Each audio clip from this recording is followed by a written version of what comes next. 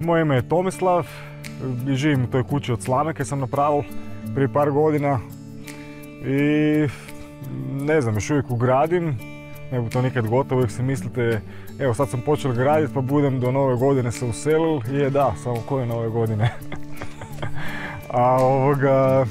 Tako da eto, volim šumu, volim prirodu, volim to gdje živim, tu u tim brdima. Kuća je cijela napajana na solarnu energiju, znači imam zapravo 3 solarna sistema. Jedan od nekakvih 30 vata, jedan od nekih 300 i jedan od skoro 500. Ne?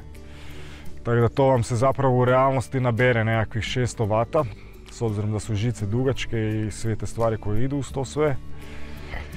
I tak, na to pogonim sve, imam svetla u kući, imam i hidropak koji mi radi na struju, koji mi vuče vodu iz cisterne.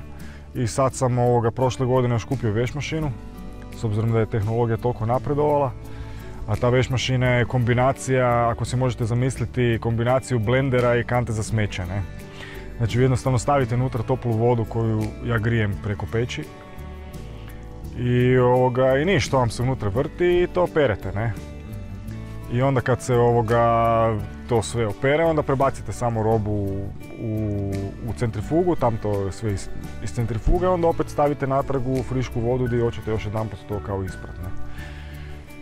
I voda sjajno pere, pogotovo kišnica, to je mekana voda, ne morate koristiti puno deterđenta, nema nikakvog kamenca i jednostavno nekako roba fino miriši. Ne? Napravio sam pročišćivač za sive vode, takozvane, kada su pune šljunka. A bitno je da je šljunak nije okrugli, da nije batuda, nego da je onak zdrobljeni, kockasti. Jer kad vi takvog šljunka postavite u kadu, onda vam se ispod može se napraviti kao nekakvi čepovi od zraka.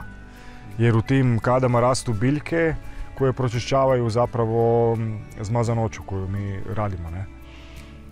A što se tiče crnih voda, odnosno zahoda, za to sam napravil septičku jamu i tamo onda sve ide u tu septičku. Ne? Ali tamo ide samo zahod. Ne?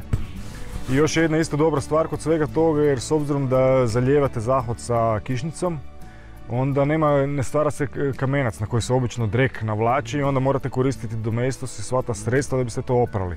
A vi tu u ovom slučaju samo koristite četku. Ja sam po zanimanju diplomirani novinar inače, ali to ne radim, to sam radio kratko vrijeme. I sad sam postao cirkusant. Naučio sam se žonglirati sa 5 različitih rekvizita, vozim i monocikl. I imam taj show koji radim, cirkuski od pol sata, kojeg radim na događanjima gdje me zovu, festivalima i to. Imamo puno želja, imamo puno toga, ali ako svaki dan pomalo radimo na tome, onda budu bili nekakvi rezultati. Ne? A to je ono kaj hoćemo. Da neke napravimo u životu, da neke stvorimo, a nije da samo sedimo. Ne? Mislim, ja znam da je ovakav način života sigurno urbanim ljudima i tim koji žive u gradovima, da to izgleda super privlačno, ali to zapravo nije tak jako privlačno. Jer tu ima puno šljakevi, sva drva morate cijepati, morate ih pripremiti, ako se mislite na to grijeti. Donosite vodu s izvora koju pijete, morate paziti na to koliko vode trošite, morate paziti na to koliko struje trošite, zapravo u biti cijelo vrijeme šparate. Ne? Jedino sad, evo u ovo vrijeme, sad već dolazi 3. mjesec, ako znate da bude sutra bilo sunčano, neka cisterna puna, onda trošite koliko trošite.